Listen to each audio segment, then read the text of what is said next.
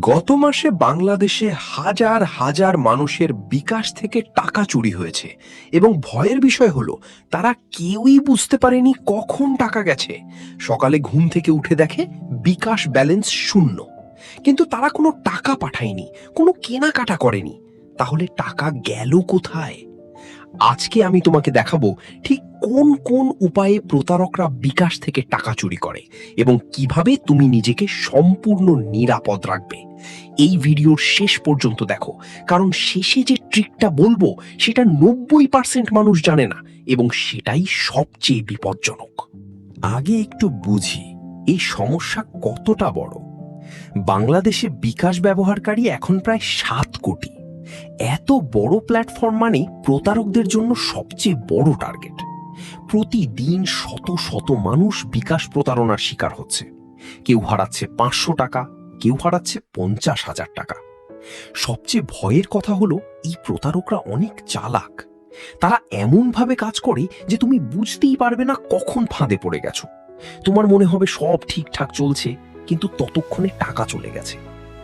আজকে আমি তোমাকে 7টা সবচেয়ে বিপজ্জনক পদ্ধতির কথা বলবো, যেগুলো প্রতারকরা এখন সবচেয়ে বেশি ব্যবহার করছে। প্রথম এবং সবচেয়ে বেশি ব্যবহৃত পদ্ধতি ফেক কাস্টমার কেয়ার। এটা কিভাবে হয়? তোমার মোবাইলে একটা কল আসে। লোকটা বলে, আমি বিকাশ কাস্টমার কেয়ার থেকে বলছি, আপনার অ্যাকাউন্টে একটা সমস্যা ধরা পড়েছে, অ্যাকাউন্ট বন্ধ হয়ে যাবে, এখনই ভেরিফাই করতে হবে। তুমি ভয় পাও।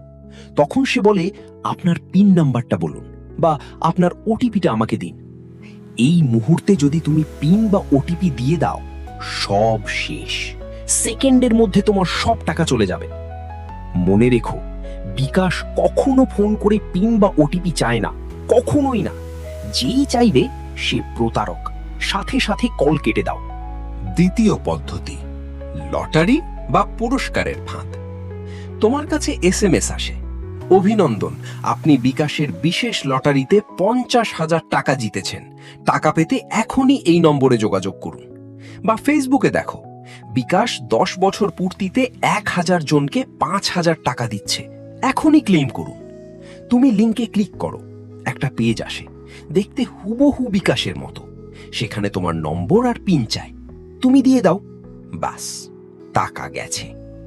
এই ফাঁদ থেকে বাঁচার নিয়ম একটাই, বিকাশ কোনো লটারি করে না।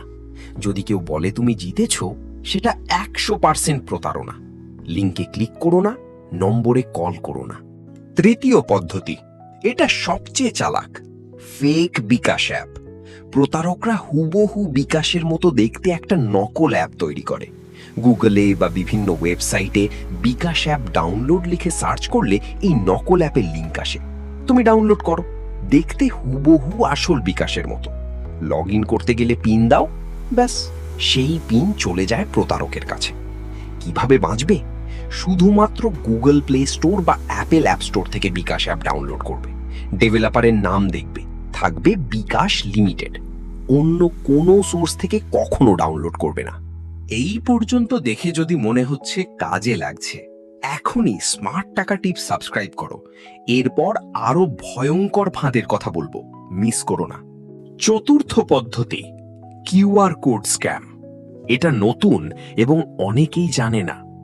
ধরো কেউ তোমাকে ফেসবুকে মেসেজ করলো, ভাই আমি ভুল করে তোমার নম্বরে 500 টাকা পাঠিয়ে ফেলেছি, একটু ফেরত দাও। তারপর একটা কিউআর কোড পাঠায়, বলে এটা স্ক্যান করলেই টাকা ফেরত যাবে। তুমি স্ক্যান করলে কি হবে জানো? তোমার অ্যাকাউন্ট থেকে টাকা কেটে যাবে, কারণ সেই কিউআর কোড আসলে পেমেন্ট রিসিভ করার না, পেমেন্ট সেন্ড করার। মনে রেখো, কিউআর কোড স্ক্যান মানে টাকা পাঠানো। কোনো অচেনা মানুষের কিউআর কোড কখনো স্ক্যান করবে না। পঞ্চম পদ্ধতি, ভুয়া বিকাশ এজেন্ট।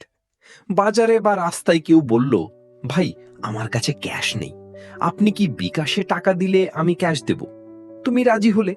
সে তোমাকে একটা নম্বর দিল টাকা পাঠাতে, তুমি পাঠালে, সে ক্যাশ দেওয়ার আগেই চলে গেল।